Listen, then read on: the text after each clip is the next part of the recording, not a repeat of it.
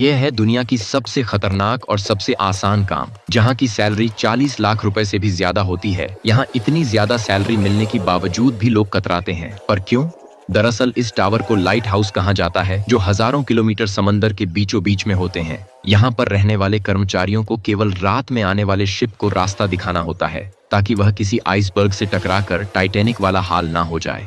ये जब इतना खतरनाक है इसलिए कि वहाँ आपको अकेला रहना पड़ता है, वह भी समंदर के बीचों बीच।